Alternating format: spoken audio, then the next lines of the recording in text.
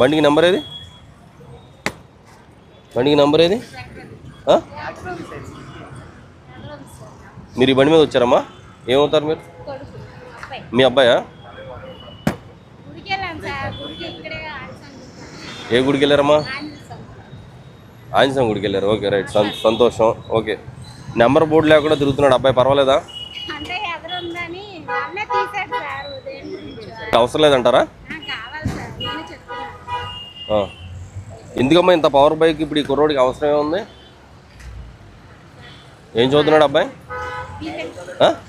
ఏ year? ఏనన్నా complete అయిపోయి ఏంటి group? EC. ఎలా చదువుతున్నాయి? ఎలా వస్తాయి మార్కులు? అన్నీ అయిపోయినాయి సబ్జెక్టులు అన్నీ? ఏమైనా ఉన్నాయి పెండింగ్? అన్నీ అయిపోయినాయా? బాగా చదువుతున్నాడా?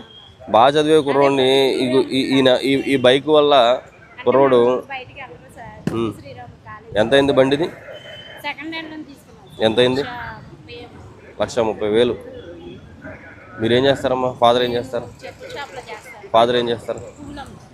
ఓకే, మనం మరి ఆ డబ్బులు దీనికి పెట్టే బదులు దేనికన్నా వాడుకుంటే ఉపయోగం కదా.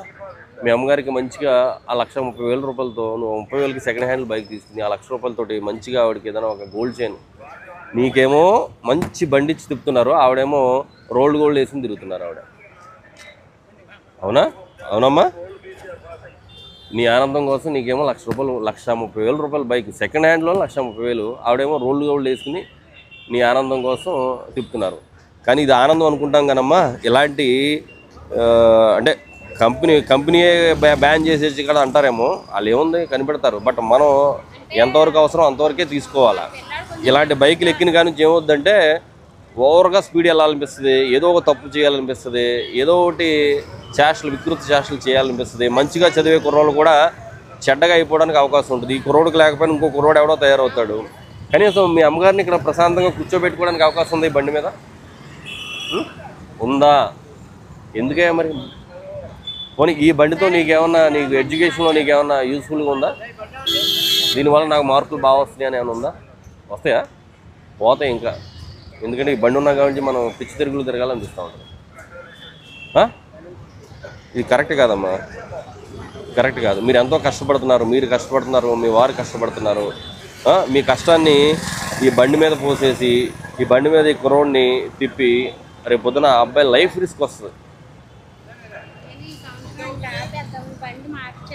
మార్పిచ్చేయండి. మీకు బండి అవసరం అనుకుంటే ఏ 30-40 వేలతో స్కూటీ ఏదైనా కొనివ్వండి, అవసరానికి అంతే. ప్రస్తుతానికి ఏం అవసరం. ఆ కుర్రోడు నువ్వు బాగా చదివించావు అనుకో, మెర్సిడీస్ బెంజ్లో తిప్పుతాడు, నేను బెంజ్ కార్లో తిప్పుతారు కూడా. ఏం లేదు, తప్పేం లేదు.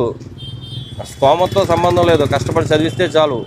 చిన్న మధ్యతరగతి ఇంకా చిన్న స్థాయి వాళ్ళు కూడా పెద్ద పెద్ద ఉద్యోగాల్లో సెటిల్ అవుతున్నారు. ఓకేనా? తల్లిదండ్రులు కష్టపడుతున్నారు కదా, వాళ్ళు ఇస్తున్నారు కదా అని చెప్పి మనం అది మిస్యూజ్ చేయకూడదు. ఇది మిస్యూజ్ అంటారు దీన్ని.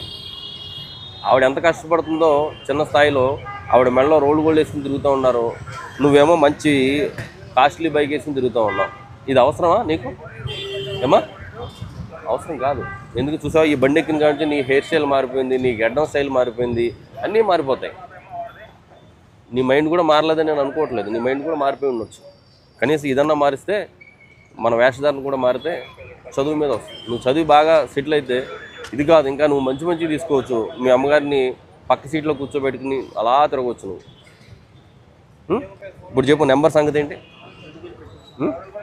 ఇంకా అవకాశం ఉండదు. ఒకసారి మీరు పట్టుకున్న తర్వాత ఇంటికి వెళ్ళాక నెంబర్ లేకుండా మీరు సిటీలో ఇష్టానుసారం తిరిగి. మరి హెల్మెట్ ఏది అమ్మా? నీకు డ్రైవింగ్ లైసెన్స్ ఉందా? ఓకే, నీకు హెల్మెట్ లేదు, డ్రైవింగ్ లైసెన్స్ లేదు, బండికి నెంబర్ లేదు, మరి ఏముందని మీరు రోడ్డు మీద తిరుగుతున్నారమ్మా? ఎవరినో మీ తాలూకా ఎవరినో గుద్దేసి వెళ్ళిపోతారో, నెంబర్ ఉండదు బైక్. ఏ నెంబర్ మీద మీరు కంప్లైంట్ ఇస్తారు? కెమెరాలు చూస్తే దొరుకుద్దా నెంబర్ లేనప్పుడు? సో ఇప్పుడు అర్థమవుతుందా మీరు చేసిన నేరం ఏంటనేది? నెంబర్ ప్లేట్ తీసుకుని నా దగ్గరికి రావాలి.